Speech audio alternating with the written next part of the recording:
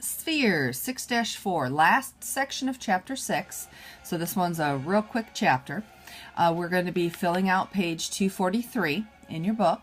Now a sphere, well, it's just a ball. Okay, so it's the mathematical term for a ball.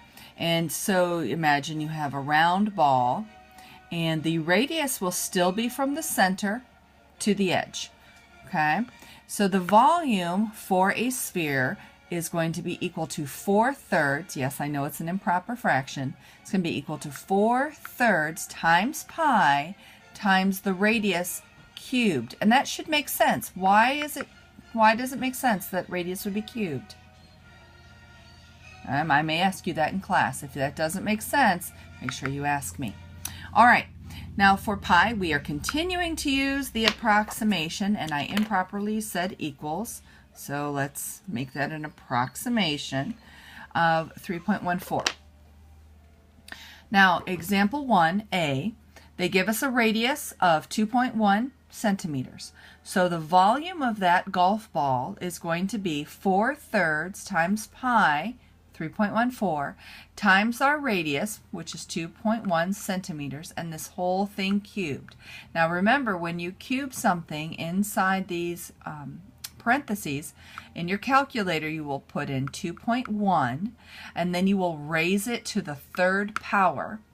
But then we will also raise our units to the third power, which is why once we put all of these numbers into our calculator, the volume should come out 38.8 centimeters cubed.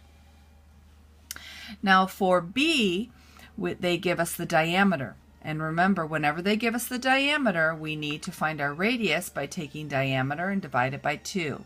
So our radius here is going to be 3.5 centimeters. So the volume will be 4/3 times our 3.14 for pi times our radius, 3.5 centimeters, and we're going to cube that. So what you should get is a volume of 179.6 centimeters cubed.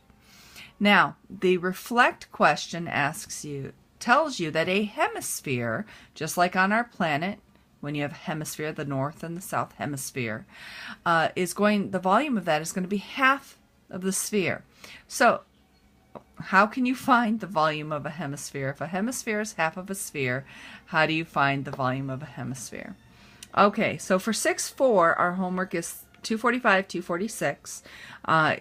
Go ahead. If we aren't there in class, go ahead and work ahead. And then if you get done with that, you can move yourself right on to the chapter review for chapter 6, which is page 253, 254, and in preparation for our chapter test.